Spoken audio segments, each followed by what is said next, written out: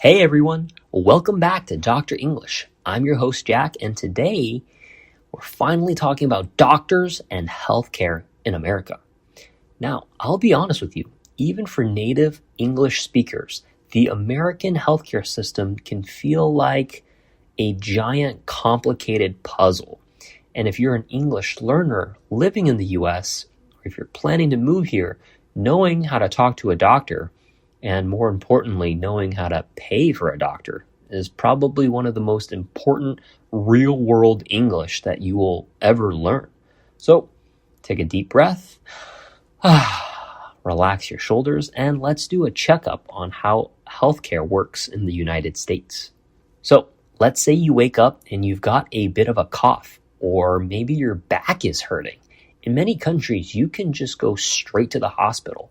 But in the United States, the first person you see is your PCP. That stands for Primary Care Physician.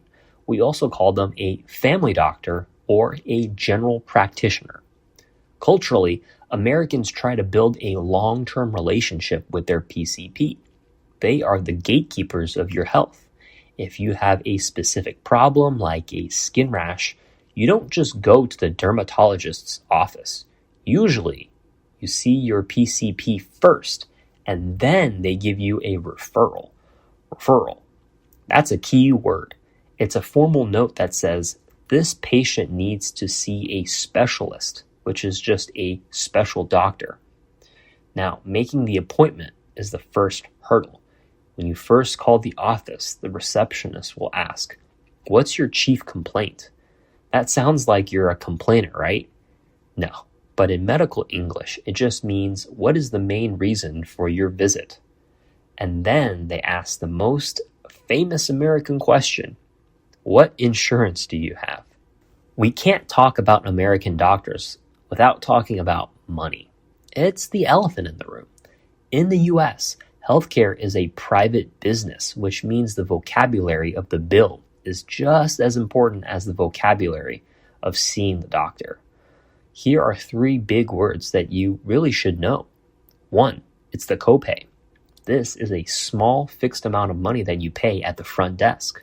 Maybe it's $20, maybe it's $40, but it's a charge for visiting the doctor's office.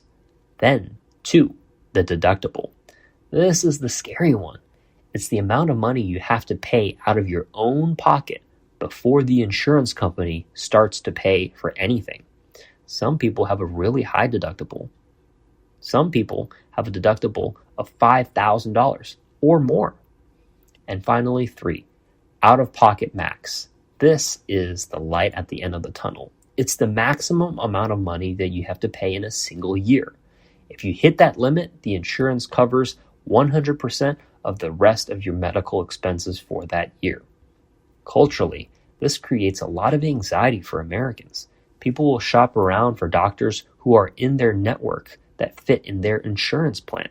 That means the doctor has a contract with your insurance company to charge lower prices.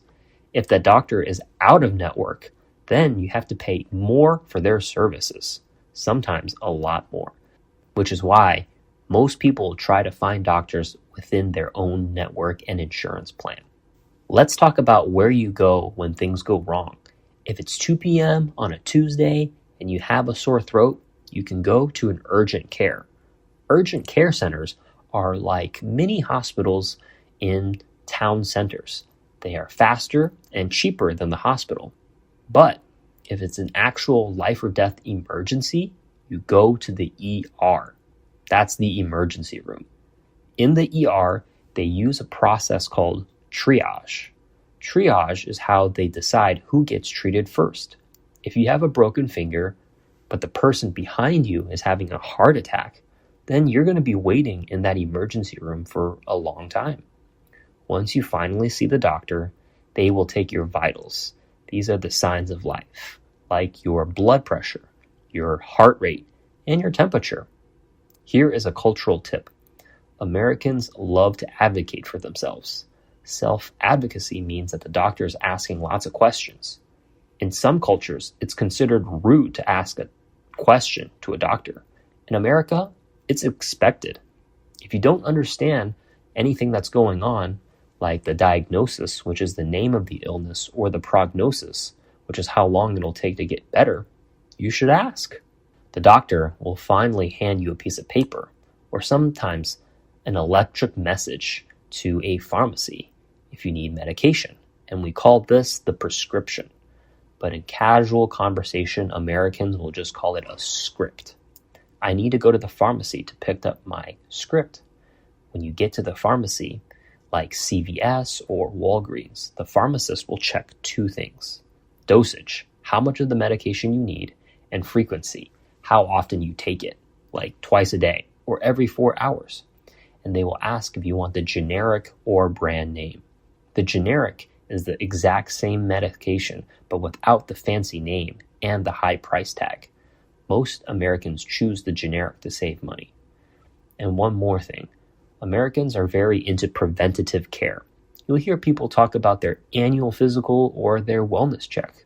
Even if we feel fine, we go to the doctor once a year just to make sure everything is running smoothly.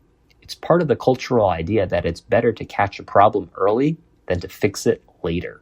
So, finally, American healthcare is a mix of high technology medicine and high stress finances.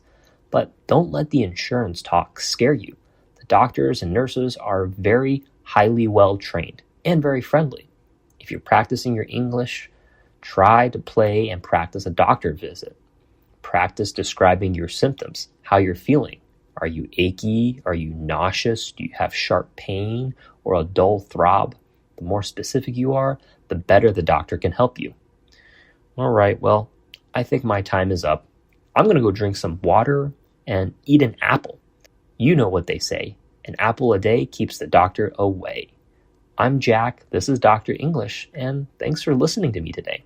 Stay healthy, stay curious, and I'll see you in the next one. Bye!